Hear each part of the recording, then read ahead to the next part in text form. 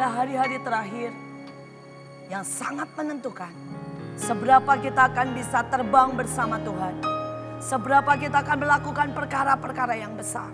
Dan seberapa pahlawan-pahlawan Tuhan akan terus bergerak sampai garis akhir. Waktunya tidak akan lama. Mari bertahan. Mari bekerja sekuat tenaga. Mari kebaskan semua yang bukan dari Tuhan. Dan berlari begitu rupa. Menanggalkan semua beban untuk mencapai garis akhir. Di antara begitu banyak pahlawan, di antara begitu banyak pasukan yang hari ini sedang dibangkitkan Tuhan, maka iblis punya satu senjata untuk menjatuhkan mereka. Dan Alkitab mencatat itu. Alkitab berkata bahwa naga itu dengan ekornya akan menyeret sepertiga dari bintang-bintang. Saudara, beberapa orang berkata bahwa ekornya itu adalah perzinahan. Dan menurut saya bisa juga karena alat kelamin daripada naga itu ada di dekat ekor. Tapi bukan di ekor. Tetapi firman Tuhan dengan tegas berkata bahwa ekor adalah nabi-nabi pendusta. Atau suara dusta. Suara penipuan. Suara dari bapa penipu itu sendiri. Yaitu Lucifer. Yaitu iblis yang disebut bapa pembohong. Itulah yang menyeret sepertiga daripada bintang-bintang. Daripada pahlawan-pahlawan. Daripada kekasih-kekasih Tuhan. Daripada raja-raja, mempelai, pekerja, imam, dan semua yang menyintai Tuhan. Karena itu hari-hari ini waspadai penipuan. Bahaya penipuan itu sangat mengerikan. Saya akan membacakan satu ayat. Di dalam Yeremia 7 ayat 8. Tetapi sesungguhnya kata Tuhan, kamu percaya kepada perkataan dusta yang tidak memberi faedah. Saudara, di dalam bahasa aslinya dikatakan kamu percaya kepada perkataan dusta yang menyebabkan hidupmu tidak lagi berguna. Hidupmu menjadi habis dan hancur karena engkau percaya kepada perkataan pendusta. Saudara, saya sudah melayani konseling puluhan, ratusan. Dan sebagian besar bukan karena persoalan yang sesungguhnya. Tapi karena asumsi, karena sangkaan. Dan terlebih lagi karena dusta. Hari-hari ini saya melihat begitu banyak hamba-hamba Tuhan hancur karena gosip. Saya juga melihat begitu banyak orang tertipu karena dusta dan kehilangan semuanya. Saya punya seorang pemimpin pujian. Saudara, dia adalah seorang yang sangat diurapi. Dia begitu menyintai Tuhan. Dia menyanyi dengan sepenuh hati. Memang dia punya beberapa kelemahan. Jika dia menjadi letih, maka suaranya agak fales. Dan suaranya tiba-tiba lari dari irama yang sebenarnya. Sekali waktu dia menyanyi dalam keadaan letih. Dan suaranya dan semuanya lari dari yang seharusnya. Beberapa orang menjadi kesal. Tapi tidak berani, saudara, untuk mengungkapkan kebenaran. Dan berkata, tolong hari ini kamu istirahat dulu ya. Tapi dia pakai nama saya.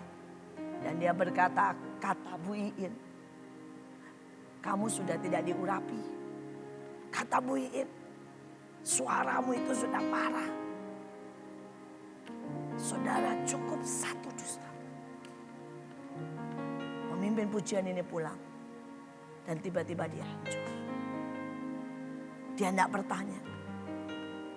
Dia bahkan tidak pernah tanya kepada saya. Apa benar saya mengatakan seperti itu? Saudara, tiba-tiba dia tidak punya lagi kekuatan untuk menyanyi. Tiba-tiba dia meninggalkan pelayanan. Tiba-tiba dia menjadi begitu saudara tertekan. Saudara 3 tahun dia tidak mau menjadi pemimpin pujian. 3 tahun dia tidak mau menyanyi lagi. 3 tahun dia memilih sebagai pendoa, sebagai pekerja. Dan dia tidak pernah lagi mau sebagai pemimpin pujian. Sekali waktu saya jalan bersama dia. Dan dia berkata, bukankah ibu yang berkata bahwa suara saya mengganggu? Dan tiba-tiba saudara dia ungkapkan semua keletihannya, kesakitannya. Merasa ditolak dengan teman-temannya. Dan dia berkata 3 tahun saya kehilangan semuanya. Bahkan untuk menyanyi pun saya sudah malas. Hari itu saya berkata, bagaimana mungkin destiny dan panggilan yang besar yang Tuhan taruh dalam hidupmu, hanya dengan 1 kalimat dusta, maka engkau dihentikan. Tapi ada jutaan orang dihentikan karena 1 kalimat dusta. Saya melayani begitu banyak anak-anak muda. Saya melayani begitu banyak saudara. Pahlawan-pahlawan Tuhan yang lari menyembah Tuhan. Yang sungguh-sungguh cinta Tuhan. Hanya dengan 1 kalimat.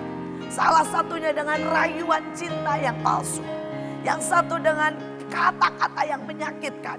Yang lain dengan kata-kata yang menjatuhkan. Yang lain dengan kata-kata yang menyedihkan. Tiba-tiba dia hancur. Tiba-tiba dia berhenti. Sama seperti Simpson.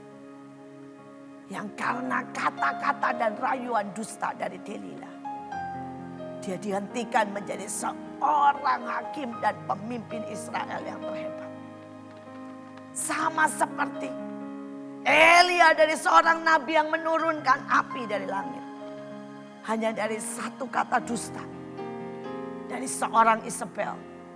Membuat dia tidak sampai garis akhir. Seperti Musa.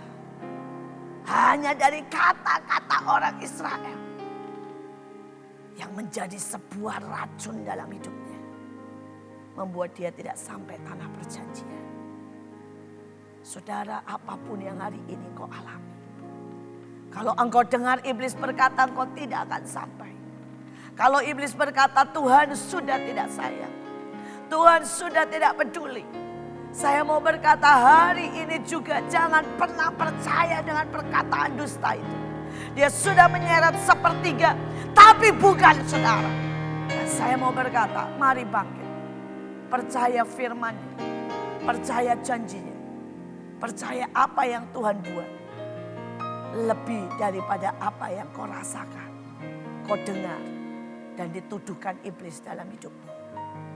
Kau bangkit. Mari bersama-sama selesaikan segala sesuatu. Mari berkata dengan jelas kepada iblis. Tutup mulutmu. Diam. Karena aku memilih percaya kepada Tuhan. Lebih dari segalanya. Amin. Kami percaya Engkau Tuhan.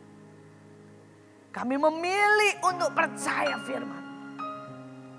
Kami memilih untuk percaya perkataan. Kami memilih Tuhan. Untuk membuang, mencabut setiap dusta. Dari pikiran kami. Di dalam nama Yesus. Biar roh yang daripadamu. Ketujuh roh Allah itu. Membangkitkan para pahlawan. Membangkitkan orang pilihan. Untuk mencapai garis akhir. Dalam nama Yesus kami berdoa.